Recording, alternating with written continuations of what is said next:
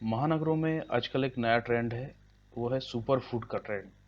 यानी वो ऐसा भोजन करना चाहते हैं जिसकी न्यूट्रिटिव वैल्यू बहुत अधिक हो। यानी अब फास्ट फूड से सुपर फूड की तरफ जा रहे हैं लोग।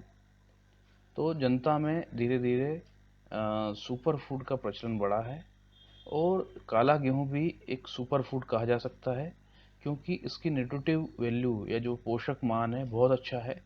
साधारण गेहूं में जो है 5 से लेके 14 ppm तक एंथोसाइनिन पाया जाता है, जबकि इसमें 140 ppm तक एंथोसाइनिन पाया जाता है। यानी ये हार्ट, डायबिटीज़ और अन्य बीमारियों को दूर करने में महत्वपूर्ण स्थान रखता है। किसान भाइयों का भी जो है रुझान पिछले 2-3 सालों से इस गेहूं की तरफ गया है, क्योंकि इसमें लाभ दिखाई दे रहा है। अभी फिलहाल ये बीज के रूप में ही बिक रहा है, क्योंकि बाजार में काला गेहूं का बीज जो है उपलब्ध नहीं है। अतः एक किसान जो पैदा कर रहे हैं उसको बीज के रूप में ही बाजार में खप जा रहा है। तो इस प्रकार उनका जो है अनाज है वो बीज के रेट मिल जा रहे हैं, इसलिए आजकल काले गेहूं की बहुत डिमांड है।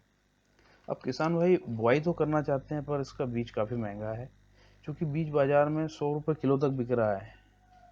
और किसान भाई बोना भी चाहते हैं। साथ ही साथ ये है कि अभी इसका क्या भविष्य है ये भी तय नहीं है, अतः रिस्क भी नहीं लेना चाहते किसान भाई। तो किसान भाई इस परिस्थिति में एक मध्यम मार्ग अपना सकते हैं और 1 या 2 एकड़ में इसकी बुआई करें।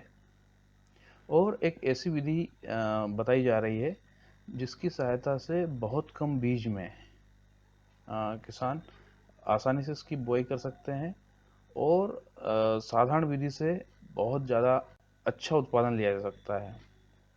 साधारण विधि में हम देखते हैं किसान भाई की जो है 1 हेक्टेयर में 100 से 125 किलो तक बीज डालते हैं, जबकि अगर वे श्री विधि का उपयोग करें तो मात्र 10 किलोग्राम बीज में ही 1 एकड़ की बुआई की जा सकती है। यानी इस श्री विधि में, या जिसको SWI विधि कहते हैं, सिस्टम ऑफ वीड इंटेंसिफिकेशन कहते हैं, इस विधि से किसान अगर बोए तो वो 1 एकड़ में मात्र 8 से 10 किलो बीज की सहायता से 1 एकड़ की बुआई कर सकते हैं। तो इसकी किस प्रकार इसको बोया जाता है, आइए देखते हैं। यहाँ 1 एकड़ क्षेत्र में, मतलब 1 एकड़ क्षेत्र में श्री पद्धति से गेहूं की जुताई की जा रही है। इसमें लगभग इनको जो प्रोसेस जो बताई गई थी कि इस गेहूं को गर्म पानी में 20 लीटर के लगभग गर्म पानी लिया है और गौमूत्र लिया है उसमें, और वर्मी कंपोस्ट लिया है और गुड़। गेहूं को गर्म पानी में डाला है और जो गर्म पानी में जो गेहूं ऊपर तैर रहे थे उन गेहूं को निकाल के अलग किया है।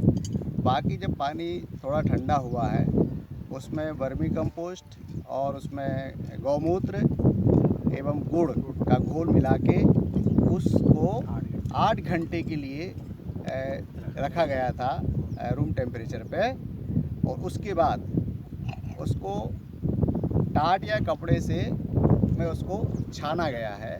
ऐसा पोटली बना के लटका तो उसका पानी पूरा निथर गया है, और उस पोटली को उसमें बाविस्टिन डाला है और उस पोटली को 12 घंटे तक के लिए सुरक्षित रख दिया गया था। अब उसमें 12 घंटे बाद जब उसको देखा, परीक्षण किया, तो उसमें गेहूँ नम होकर हल्का अंकुरण जैसा होना शुरू हो गया है। उसके बाद आज उनके खेत में उस पद्धति से गेहूं की छुपाई की जा रही है। जैसे कि हमने कल इसको 20 लीटर पानी में 10 किलो गेहूं को भिगोया, और घर का ही गेहूं था, जिसमें हमने 4 किलो गुड़ और 4 लीटर गौमूत्र और 5 किलो केचुए की पकी हुई खाद ली। अब उसको हम जैसे 8 घंटे फिर हमने उसमें रहने दिया, फिर बाद में 8 घंटे बाद उसको हमने गीले टाट में इसको छान के गीले टाट में रख दिया। इसके बाद हम इसको सीड बीज उपचार करेंगे। पहले हम तो इसको फंजीसाइड से बीज उपचार करेंगे, इसकी फर्स्ट कोटिंग कर दी। उसके बाद अपन इसको PSB कल्चर से उपचार करेंगे, क्योंकि अपन दोनों को एक साथ नहीं मिला सकते। दोनों को अपन को एक के ऊपर एक कोडिंग करना है, मिला के। तो उसमें वही आप बीटावेक्स वगैरह या फफूंदनाशक जो दवाई है वो लगाएं और कल्चर लगाएं, ठीक है। 12 घंटे के लिए रख दो। 12 घंटे में होगा क्या कि जो गेहूं का जो ये है ये जिसको ये हाइलम बोलते हैं इसको, ये हाइलम नोक निकल जाएगी, इसमें से दाना वो अंकुर आना शुरू हो जाएगा, ठीक है। तो वो इतना बड़ा अंकुर रहेगा। उसके बाद अब 12 घंटे बाद देखेंगे तो सभी अपने जो दाने हैं गेहूं के लगभग, ठीक है। और रस्सी में 20 सेंटीमीटर की दूरी पे एक चिंदी लगा दें, निशान लगा दें। तो चाँच से चाँच की दूरी भी 8 इंच रहेगी, मतलब 20 सेंटीमीटर, और गेहूं से पौधे की दूरी भी 8 इंच रहेगी। इस हिसाब से आप पूरा 10 किलो गेहूं 1 एकड़ मतलब 1.5 से 1.25 बीघे के लिए है पर्याप्त, ठीक है।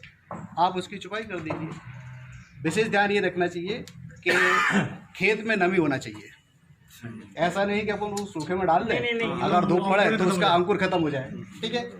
और इसको 2 से 3 इंच की दूरी पे गहराई पे, सॉरी, उसको उसमें लकड़ी से 2.5 से 3 इंच, 2.5 से 3, हाँ।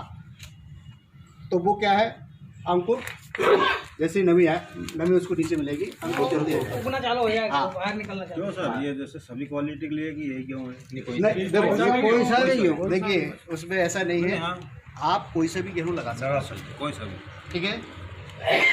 तो इसमें क्या है, 8 इंच की जब दूरी है, ये दूरी पे जब इस गेहूं को जब 20 दिन के 21 दिन का जब जो रहता है ना, अपन 20 दिन में जो गेहूं पानी देते हैं उस समय पानी दोगे।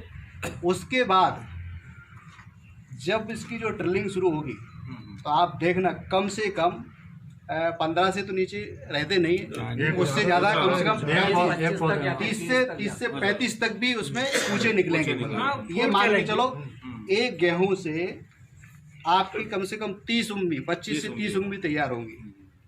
और जो आपको जो गैप दिख रहा था वो गेहूं ऐसा हो जाएगा कि आप निकल नहीं सकते। और उसकी एक ये भी विशेषता रहेगी, चाहे जितनी हवा चले वो गेहूं आड़ा नहीं पड़ सकता।